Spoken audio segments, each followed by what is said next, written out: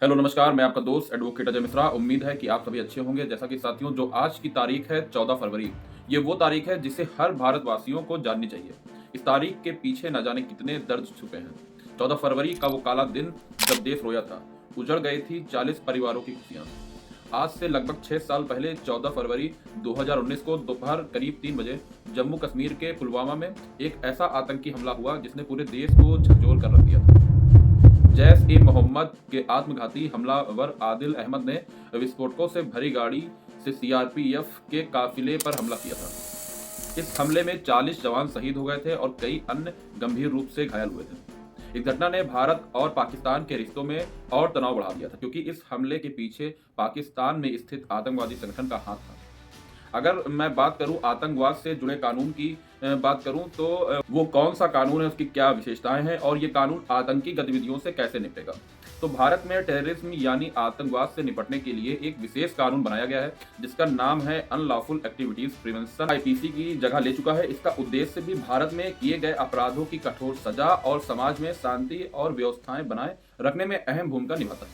अगर हम इन दोनों कानूनों के बीच जो डिफरेंस है उनको देखेंगे तो समझेंगे।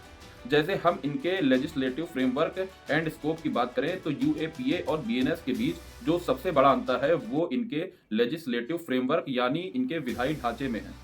वहीं यूएपीए एक स्पेशल लॉ है जो विशेष रूप से आतंकवादी और देशद्रोही गतिविधियों और भारत की संप्रभुता को खतरे में डालने वाले कार्यों को रोकने के लिए बनाया गया था।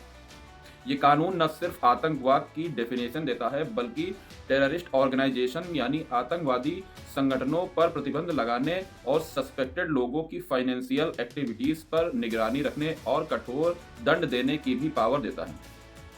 वहीं बीएनएस एक सामान्य आपराधिक कानून है जिसमें आतंकवाद को अन्य गंभीर अपराधों के साथ शामिल किया गया है। यूएपीए और बीएनएस दोनों में आतंकवादी कृत्य की जो डेफिनेशन है वो काफी हद तक कॉमन है, लेकिन कुछ महत्वपूर्ण अंतर हैं।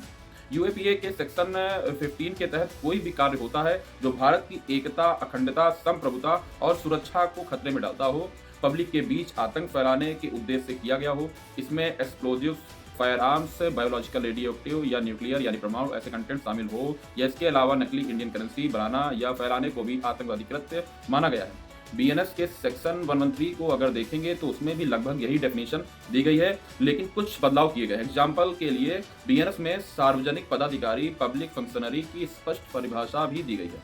इसमें संवैधानिक अधिकारी और केंद्र सरकार द्वारा अधिसूचित अन्य अधिकारी भी शामिल हैं। इसके अलावा नकली करेंसी को लेकर क्लियर किया गया है कि इसे केवल तभी आतंकवादी कृत्य माना जाएगा जब यह फॉरेंसिक जांच में भारतीय करेंसी की प्रमुख सुरक्षा विशेषताओं की कॉपी करता पाया जाएगा।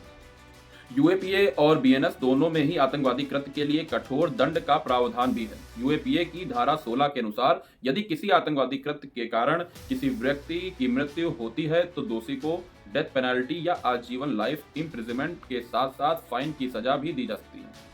वहीं अन्य मामलों में कम से कम 5 साल की सजा से लेकर आजीवन कारावास तक की सजा का प्रावधान भी है। बीएनएस की धारा 113 की उपधारा 2 भी इसी तरह का दंड निर्धारित करती है।